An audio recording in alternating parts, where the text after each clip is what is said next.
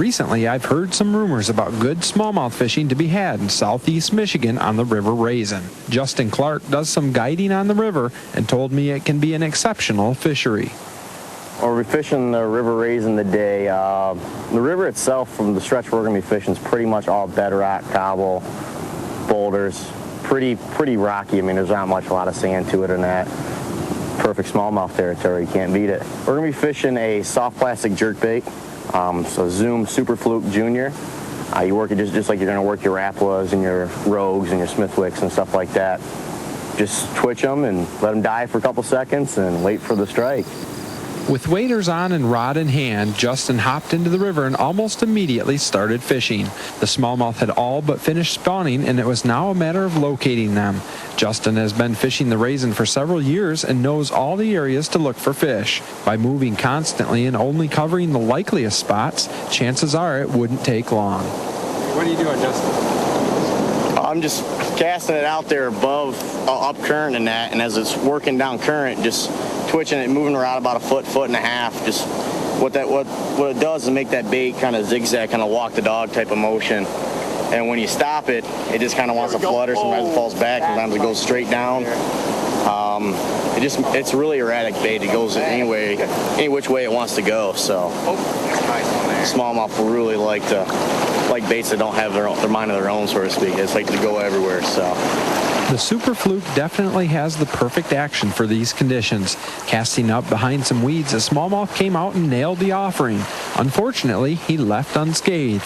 Justin threw right back into the spot, and the fish couldn't resist. This time, the fight was on. Let them calm down a little bit so we don't break the line when we're trying to land them.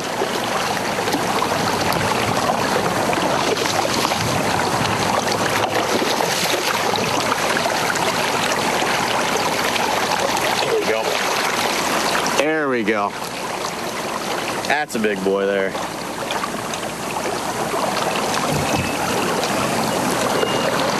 That's what we're looking for, eh? Yeah, that's right around that 3-pound range. A nice River Raisin Smallie was the reward for persistence. These fish hit with a vengeance and often will come back and give you a second chance after a missed opportunity. Missed this one just a second ago and threw it right back in there, and there he was. Along with MUCC, Justin believes that several of the dams along the River Raisin are hurting the fishery. Currently, we are working on a bill that would allow the DEQ to issue a permit to remove qualifying small dams. Some requirements would have to be met, but it would help in reestablishing the natural flow of some of Michigan's streams and rivers. Well, this river here covers about 1,000 square miles of the whole entire watershed, and that really the thing that would really improve this river is we have a lot of low-head dams throughout the whole entire watershed, not just down here in Monroe, but up by Adrian, Blissfield, and all that. Basically what these dams do is slow down the progression of insects downstream and the fish coming up when they want to go spawn and just migrate throughout the season. If those were removed, I mean, you see larger fish, a few more fish maybe even too, and like in the springtime we have the white bass and walleye runs, we can see that come up into here because they can't jump dams. Woo! That's a nice fish there. Oh, get out of the weeds.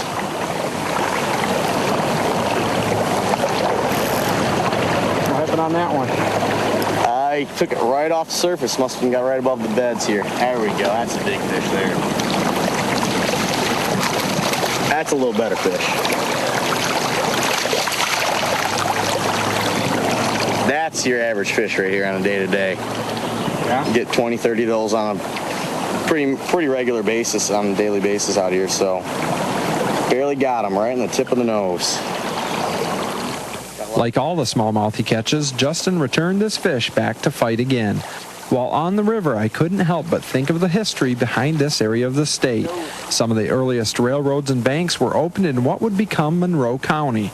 It was also the site of heated battles in the War of 1812 and also during the Toledo War, where we lost the Toledo Strip but gained the entire Upper Peninsula. The major thing that the River Raisin is noted for is probably for the bloodiest battle in the War of 1812. It's fought about 5 miles downriver here, was now called the Port of Monroe. They're the historical site with the battlegrounds and everything, besides General Custer. So it was basically his second home. He was born down in Ohio, but he lived right down the street from where we're at here. So Although he was a Civil War hero, Custer is best known for the massacre at Little Bighorn. Many people don't know that he was quite a taxidermist. No doubt back in the 1800s, he could have been seen along the banks of the River Raisin enjoying the outdoors. The river pulls many people to its shores. This evening, I bumped into good friend Brian Zadaraki and his daughter enjoying a nice afternoon of fishing. Even though smallmouth are in the bass family, they are a totally unique breed of fish. At home in many lakes and streams around Michigan, the smallmouth has a reputation for being a fighter. Besides spawning fish, you'll rarely see a smallie come up and just pick up a meal. Strikes are typically quick and ferocious. That's exactly what drives anglers to pursue them. Smallmouths are pound for pound probably the strongest fighting fish. I mean, when there's some days they'll come in and just suck it in nice and light, kind of like a largemouth. As soon as you set that hook, they just go screaming off, and it's kind of almost like catching a small bonefish. I mean, they just fly. I've seen them go up about 4 or 5 feet in the air when you have them hooked on and they start jumping around. It's just, there's nothing else like it.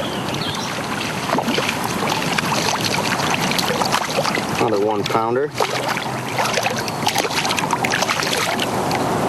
Right in the middle of the top lip there. Nice colors on that one.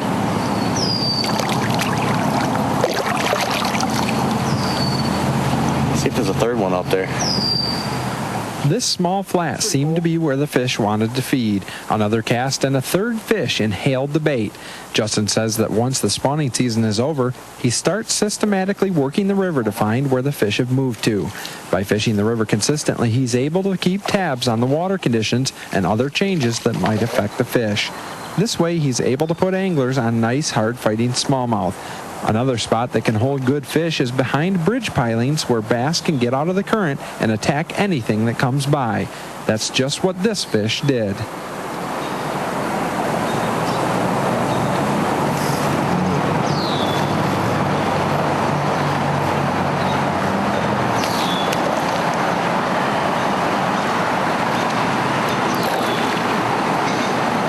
Just spit up a big old creek chub or shiner. Big old river shiner you just spit up.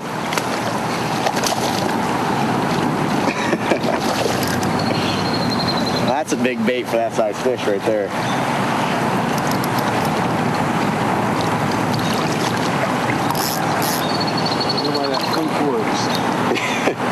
That's what he spit up, and that's what we're catching him on. What you call matching the hatch, yeah? Yep. Feels like a spawned out female. A little soft on the belly there.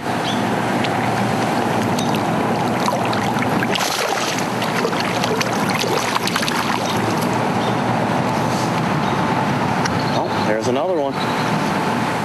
The River Raisin is a perfect place to spend an evening of fishing. The wading is fairly easy and opportunities to wet a line abound.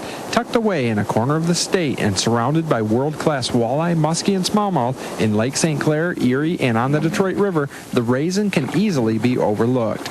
But those looking for high-flying smallmouth shouldn't count out this historic river. Get out and enjoy it. And if you don't know where to start, I know someone who could help you tangle with these small jaws.